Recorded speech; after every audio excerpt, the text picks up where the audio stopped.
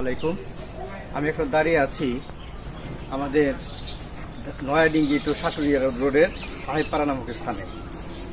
এটি ঢাকা ডিসা হাইওয়ে থেকে একেবারে টাঙ্গাইল পর্যন্ত গিয়ে মিশেছে। অনেক গুরুত্বপূর্ণ এই রাস্তাটি।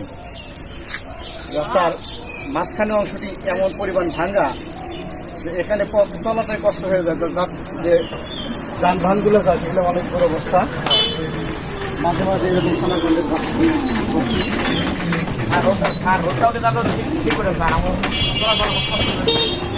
মানুষের একটাই দাবি এই রাস্তাতে অতি তাড়াতাড়ি এভাবে দুর্ঘটনার শিকার হয়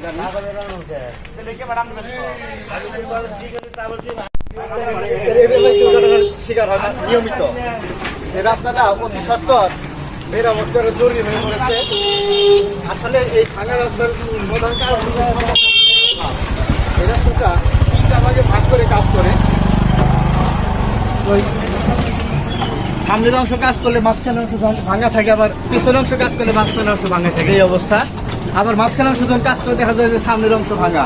মানে এই রাস্তাটা সাটুরিয়া থেকে নয়াডিঙ্গি পর্যন্ত কখনোই পুরাপুরি মসৃণ আমরা কখনোই পাই না, যার ফলশ্রুতিতে ভীষণ জনদুর্ভোগের শিকার হচ্ছে আমরা। সবাইকে অনুরোধ করব বেশি বেশি শেয়ার করবেন, যাতে করে এই রাস্তাটির যথাযথ কর্তৃপক্ষের দৃষ্টিগোচর হয় এবং মানুষের দুর্ভোগ লাঘবে সহায়ক হয়। আচ্ছা মুরব্বী, এই রাস্তার যে ভাঙাচোরা অবস্থা, দুরবস্থা, বলেন আপনি কিছু বলেন, আপনার কিছু মন্তব্য আছে কি এ বিষয়ে?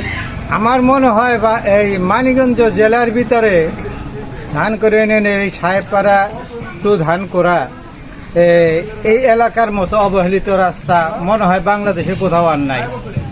এখন বিগত দিনের সরকারও যেভাবে রাস্তা করে গেছে, বর্তমান সরকারের অধীনে এখন কবে কোন দিন আমরা এই রাস্তার উন্নয়ন পাবো এটা হয়তো বা সরকারই জানে, বর্তমান সরকারই জানে। কিন্তু আমাদের চরম দুর্ভোগ মনে হয় আর আমাদের এইভাবে হয়েই যেতে হবে। আমরা সম্মিলিতভাবে আওয়াজ তুলি যাতে রাস্তার কাজটা খুব দ্রুত শুরু হয় আর কি, তাই না?